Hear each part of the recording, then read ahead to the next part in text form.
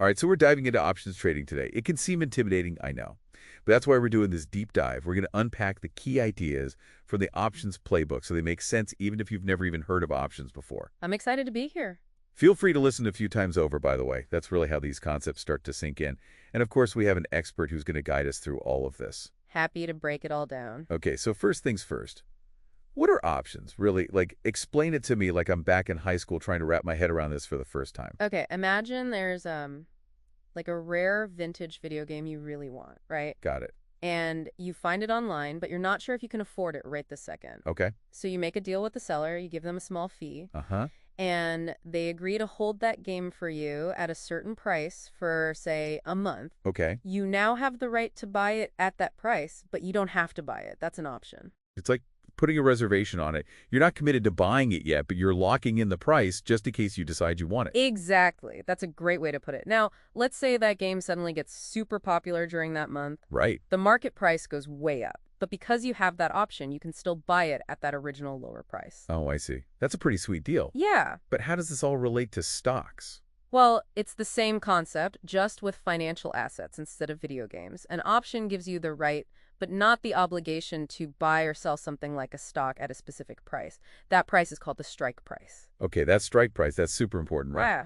I know there are different types of options too, like calls and puts. What are those all about? Think of them like two sides of the same coin. Okay. A call option is like that video game example. You have the right to buy the asset, the stock in this case, if you think the price is going to go up. Got it. A put option is the opposite. You have the right to sell if you think the price is going to go down. So calls are for when you're optimistic, and puts are for when you're more, well, maybe not pessimistic, but... Yeah, like if you think the price is going to drop. Exactly. They give you different ways to maybe make money, depending on what you think the market's going to do. Right. And here's where options get even more interesting. You can not only buy options, you can also sell them. And selling an option is called writing an option. Wait, so you can sell something you don't even own? That sounds a little risky. It is risky, but that's what's unique about options trading. When you sell or write an option, you're basically betting that the buyer won't exercise their right. Okay, so going back to that video game analogy, Yeah. it's like the setter is hoping you won't buy the game because maybe they think they can sell it for even more to someone else. Right, exactly. Okay, I think I'm starting to get the basics now, but there's still a lot of jargon that I'm Yeah. trying to figure out, like, what does it even mean when an option is in the money, out of the money, or at the money? So it all comes back to that strike price. Okay. Say you buy a call option with a strike price of $50. Got it. If the stock is trading at $60 right now, Yeah. your option is in the money because you could buy the stock at $50, immediately sell it for $60 and make a profit. Oh, okay. Makes sense. Out of the money is when the current price is below the strike price, meaning you actually lose money if you exercised the option. And that at the money is? It's when the strike price and the current price are the same. Okay, so it's really all about comparing that strike price to what the stock is actually doing at that moment. Exactly. Got it. Now, the book also talks about equity options and index options. Is that something I need to worry about at this point? It's good to know the terms, but don't get too caught up in the details just yet. Okay. Just think of equity options as options on individual stocks like Apple, Tesla, whatever. Right. Index options are based on like a whole basket of stocks, Okay. like the S&P 500. The main thing is the basic concepts apply to both. Okay, that helps simplify things. Now, there's this concept that I always get kind of confused about. Volatility. Yeah. The book compares option prices to a one-legged duck on a trampoline, which is a pretty crazy image. Why are option prices so all over the place? Well, it's because volatility is a measure of how much a stock's price moves around. Okay. And volatility is a huge deal in options trading. So the more the stock price jumps up and down, the more volatile it is. Yes. And then those options prices get even crazier. Yeah. Now, there are two main types of volatility. Okay. There's historical volatility, Uh-huh. and then there's implied volatility. And historical volatility is basically like looking back at how much a stock's price has changed in the past. Oh, okay. So it's kind of like checking the weather report, Yeah, seeing how stormy it's been lately. right. But implied volatility, that's the one that's really important for options traders because it's all about the future. So it's like trying to predict how wild the ride is going to be. Exactly. Oh, cool. Think of it like this, right? If a roller coaster is known for being super intense, Yeah, people are going to pay more for a ticket. makes sense. The same goes for options. If traders think a stock's going to be really volatile, they'll pay more for the options, and that drives up the price. Okay. I could see that. But I'm guessing that implied volatility can change too. Oh, yeah, absolutely. How does that affect things? So when implied volatility goes up, option prices usually go up too, Okay. which is good for anyone who bought those options. But when it goes down, Uh-huh. option prices tend to drop. And that helps the people who sold those options. So it's like a seesaw, buyers and sellers kind of Yeah, benefit from the different movements. yeah, that's a good way to think about it. Now, before we get into any specific strategies, we should probably talk about those Greeks everyone always mentions. Yeah. Delta, theta, gamma, they sound pretty scary. They're really not as scary as they sound. Okay. Think of them like a superhero team. Okay, I like that. Each one has a superpower that helps you understand how an option's price might behave. Makes them a lot less intimidating. So let's start with Delta. What's its superpower? Delta basically tells you how much an option's price is expected to change for every dollar the stock price moves. Okay. It's kind of like a sensitivity meter. Got it. So a delta of, let's say, 0.50 means Yeah. that for every dollar the stock goes up, the option price is expected to go up by 50 cents. For puts, delta is a negative, so if the stock goes down a dollar, the put price would go up 50 cents. So higher delta, bigger price swings. Exactly.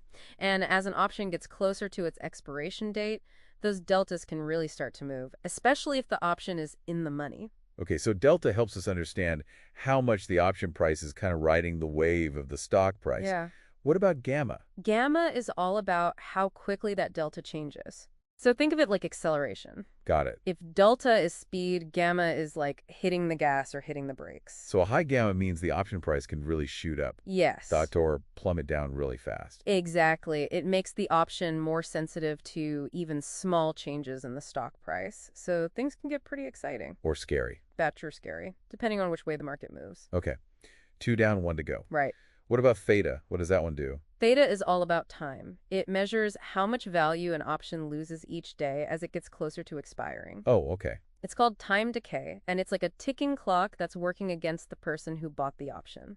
So the less time left on an option, the less it's worth. Right. Sounds kind of stressful for the option buyer. It is. It is always reminding them of that.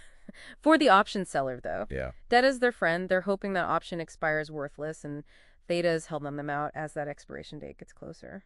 Okay, so we've got our superhero team of Greeks, delta for sensitivity, gamma for acceleration, and theta for that constant march of time. Now, I know our listeners are probably eager to start putting all of this knowledge into action. So let's move on to some beginner-friendly strategies that they can actually use to start dipping their toes into options trading.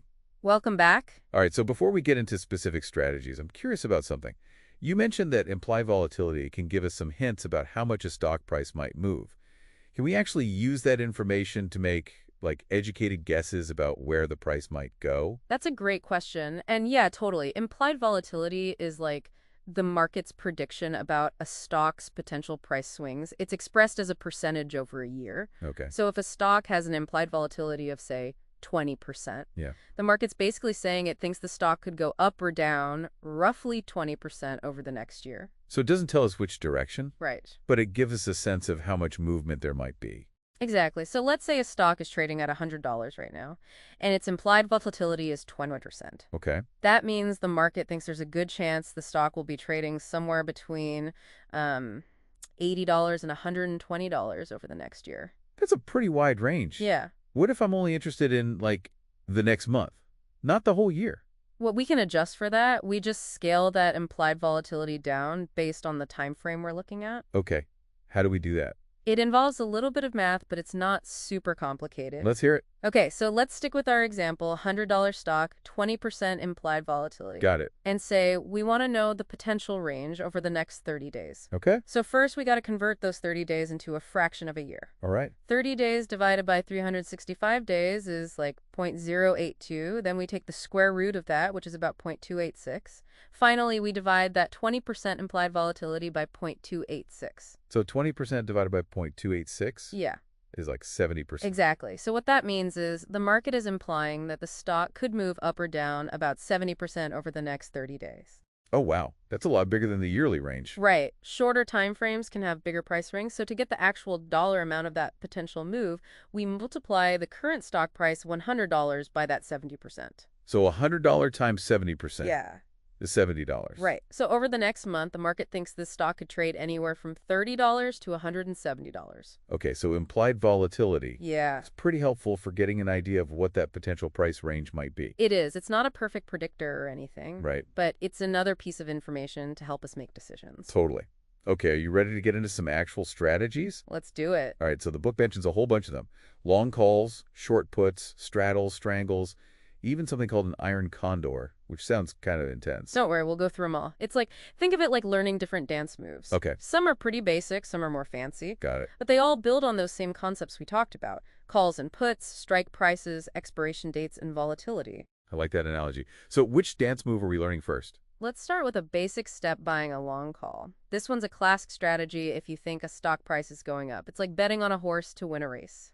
Okay, so if I think a stock is going to increase in value, Yeah, I would buy a call option with a strike price that's lower than my target price, right? exactly. And if the stock price goes above your strike price, you have two choices. You can either exercise your option, Meaning? meaning you actually buy the stock at that price, or you can sell the option itself for a profit. Okay, that sounds pretty straightforward. What's the catch? Well, the risk is that the stock doesn't do what you thought it would. Right. If it stays below the strike price, your option expires worthless and you lose the money you paid for it. So you got to be pretty sure about your prediction. Yeah, Okay, what about selling or writing a put? yeah. Is that basically the opposite of buying a call? It's similar, yeah, but it's a different kind of flavor. When you sell a put, you're saying, hey, I'm willing to buy this stock at this price if the market goes down. Okay, You're hoping the price stays above the strike price. right. So you can keep that premium, the money you got, for selling the option. So you're not necessarily hoping the stock goes down, but you're okay with buying it if it does. Exactly. It can be a good strategy if you're like neutral to bullish on the stock. You'd be happy to own it at that price, and you get paid for taking on that risk. Okay, so with calls and puts, you're kind of choosing a direction, right? Right. Or yeah. Now, what about some of those other strategies? Yeah, so let's move on to some strategies that are a little more versatile. Yeah. We'll call them combination plays Got it. because they involve using calls and puts at the same time. Ooh, okay. Things are getting interesting. Let's start with straddles. Imagine it at a carnival. Okay. And there's one of those games where you gotta guess which way a spinning wheel's gonna land. Uh-huh. You're not sure if it'll land on red or blue, but you're pretty sure it'll land on one of them. Right. So you bet on both. Exactly. That's what a straddle is. You buy both a call and a put option with the same strike price and expiration date. You're betting on a big move in either direction. Oh, I see. So if the price goes way up, you win on the call. Yeah, And if it goes way down, you win on the put. that's right. The only catch is the price has to move enough to cover what you paid for both options. Right. Makes sense. What about strangles? Are those similar? Very similar, yeah, but with one key difference. Okay. With a strangle, you buy a call and a put, but with different strike prices. Got it. The call strike price will be above the current stock price. Yeah. And the put strike price will be below. So you're kind of widening the net, Yeah. trying to catch a price move that's not as big as with a straddle. Exactly. It's like casting a wider fishing net, right? Yeah. You might catch more fish, but you need more space for those fish to be swimming around. Okay. I'm getting the logic here. Good. Now, what about that iron condor you mentioned? Yes. That one sounds a little intimidating. It does have a cool name, I'll give you that. An iron condor. Right. Is a neutral strategy. You're not betting on the stock going up or down. You're betting it stays within a certain range. Okay. How do you even set that up? It involves selling one call option, buying another call at a higher strike price, selling a put, and buying another put at a lower strike, all with the same expiration date. Whoa. That sounds complicated. It is a little more complex, yeah. Right. But if you think about it visually, it's simple. Okay. You're basically building a fence around the stock price. Oh, okay. You want it to stay inside the fence. So if the price stays within that range, you win. Yep. But if it breaks out, You lose. got it. So the iron condor is all about profiting when flicks to move too much. Exactly. It's like betting on a calm day at the beach. Okay. I'm starting to get a sense for all the different strategies out there. It's amazing. Yeah, it's a whole world. But before we go any further, can we talk about something else the book mentions? Yeah, what's that? Early exercise and assignment. What are those, and why should traders be aware of them? These are important things to understand, even as a beginner. So remember, most options give the buyer the right to exercise them any time before the expiration date. Oh, okay. They don't have to wait till the very end. Right. Early exercise usually happens with call options. Got it. When the option is deeply in the money, meaning the stock price is way above the strike price. Right. The person who bought the option might decide to exercise it early so they can lock in that profit. Okay, makes sense. So if I have a call option and the stock price goes through the roof, Yeah. I might exercise early to lock in my gains before the price goes even higher. Exactly. Now, when an option is exercised early, the person who sold that option is assigned. What does that mean? It means they have to fulfill their end of the contract, even if they don't really want to at that moment. Oh, okay. So if I sold a call option and the buyer decides to exercise it, Yeah. I'm basically forced to sell them the stock, even if I think the price is going to keep going up. Yeah. Early assignment can be a little bit of a surprise. Yeah. So it's important to be aware of it and plan for it. Definitely. Okay, I'm curious about something else. Yeah. What's the history of the options market? I have a feeling it's got some Oh, yeah. interesting stories behind it. It does. Options have actually been around for a really long time. Oh, really? Like how long? I mean, there are stories about ancient Greek philosophers What? using options contracts to speculate on olive harvests. Wow.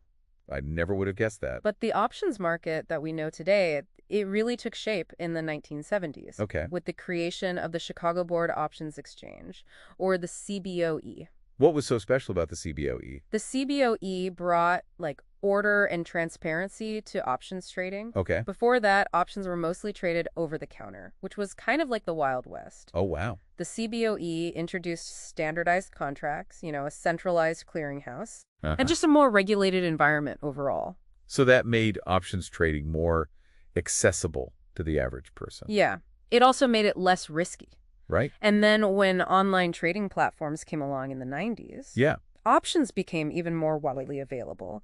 Now, anyone with a brokerage account can trade options. That's amazing. It is, but it also means it's more important than ever Yeah, for people to really do their homework before diving in. absolutely. Well, I think we've covered a ton of ground in this deep dive. We talked about the basics of what options are, Yeah. different strategies, common mistakes people make, Mm-hmm. and even a little bit of the history behind it all. It's been fun. It really has. And for anyone listening, remember, options trading can be a really great tool, Yeah. but it's not a way to get rich quick. It takes a lot of planning, careful risk management, and a commitment to learning and improving all the time. So keep studying, stay curious, and happy trading. Happy trading.